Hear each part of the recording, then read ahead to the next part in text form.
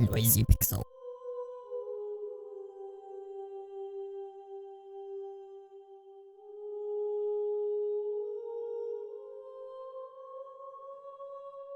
I've grown used to visual novels not taking too many liberties outside of the expected structure of the genre. While these stories aren't all bad, I enjoy when visual novels try something new and then it works. Developer Toybox has seemingly done this with their newest visual novel that plays with the emotions of the player over the course of a well-told murder mystery novel.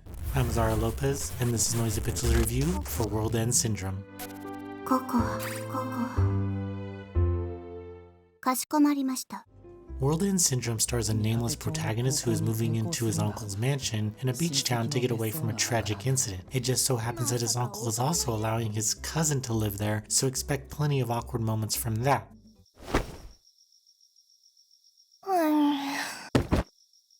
The protagonist tries to keep a low profile but ends up being persuaded into joining the mystery club, which is led by their homeroom teacher. The group is mainly created to assist the teacher in various things after her popularity skyrocketed from writing a book called World End Syndrome. The club itself doesn't really get anywhere during the meetings, and everything just focuses on the group's juvenile discussions about each other. I feel like this was intentional to keep their actual club activities and their lives separate so that the reader doesn't get overwhelmed with so much going on at once. There's a rumor that every 100 years a spirit comes and kills the people of the town, and it just so happens to be around that time. Things get stranger after people actually turn up dead. Even though these events are happening around the group, they tend to move on pretty fast as the main protagonist finds more interest in the female characters than anything else over the course of the story.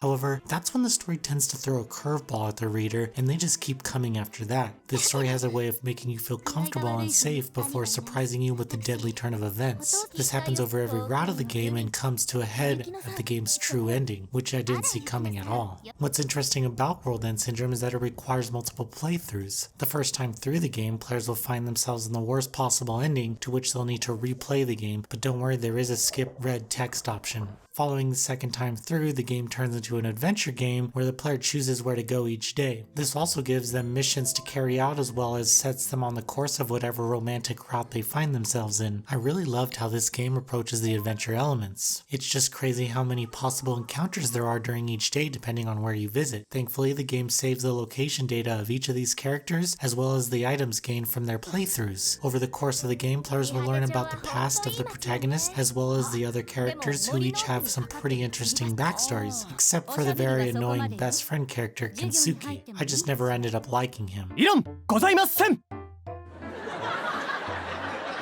Regardless, all of the remaining characters were well written, including side characters who popped up from time to time. One setback for the game is that the illustrations come off a bit static, but it seemed like all the resources went into the game's beautiful environment animations. Voiced audio in the game is of high quality, but some of the sections of the adventure portion of the game don't have audio. Interestingly, the protagonist is even voiced in the beginning and the end of the game, which I found surprising. Also, I'd like to point out that some of the romance scenes are just a little too convenient to be believable, and this goes for a handful of the scenes. World End Syndrome is a surprising visual novel that knew exactly what to do to make its dramatic murder elements more impactful. The game gives you the chance to learn and care about all the characters while also focusing on collecting items and completing missions. So much so that you end up forgetting about the murders that have been happening around town. It kind of says a lot about our society and how we're so quick to move on from tragedies in this sense. But this game ends up dragging you right back in when you least expect it, and it usually leads to an unhappy ending. World End Syndrome left me emotionally bruised and beaten after completion. This is one mystery that is almost impossible to put down, especially when the conclusion is in sight. If romance and murder mystery is your thing, then World End Syndrome is going to leave you speechless after its conclusion. Noisy Pixel is giving World End Syndrome an 8.5 out of 10. Thank you for watching. Please read the full review at noisypixel.net. Noisy Pixel is run by a group of gamers who work hard to deliver news, reviews, previews, and more. Please subscribe to keep up with all our future content. なぜそんなところでテニスを？世界中。よくわからない。はい。テニスか。これはカメラを用意せねば。